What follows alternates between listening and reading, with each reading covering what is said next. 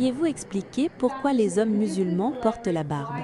On voit pourquoi les femmes portent le hijab, mais pourquoi les hommes portent-ils cela?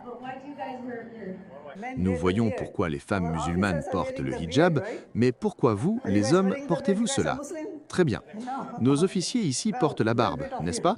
Est-ce que vous portez la barbe? Êtes-vous musulman? Non? Très bien.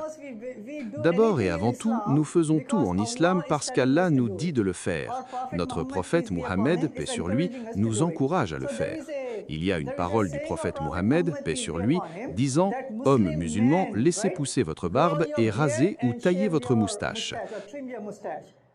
C'est la première et la principale raison pour laquelle l'homme musulman porte la barbe.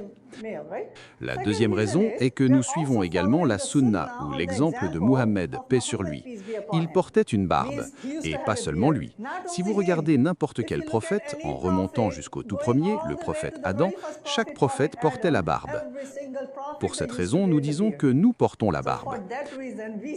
Et nous avons aussi l'air élégant quand nous la portons, je suppose, je n'en suis pas sûr. Ce sont les raisons pour lesquelles nous la portons. Juste une précision. Quand je mentionnais Jésus, Moïse et la religion comparée, il y a une sœur qui est présente ici même.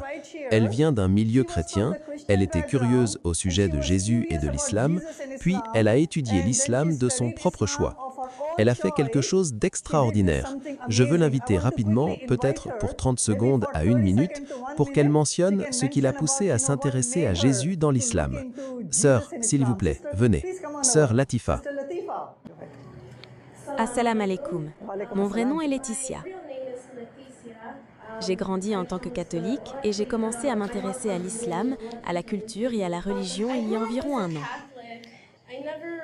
Je n'ai jamais vraiment cru en la Trinité.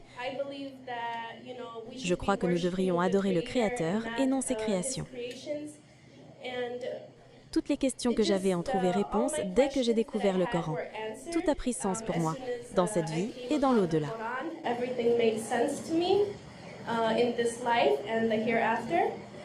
Je me souviens aussi quand mes parents m'envoyaient à l'école catholique, 1 fois par semaine, cela n'avait pas de sens pour moi à l'époque. Et maintenant, si. J'ai pris une Bible et l'un des enseignants m'a dit « Non, pas la verte, la rouge ». Et je me demandais pourquoi, quel était le problème.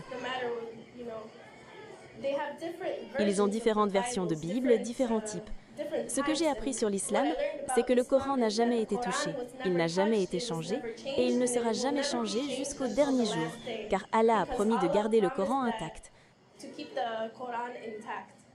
Je me sens plus en paix depuis que je suis devenue une reverte, convertie, le mois dernier, le 21. Et je suis tellement reconnaissante envers Allah de m'avoir guidée pour suivre le bon chemin.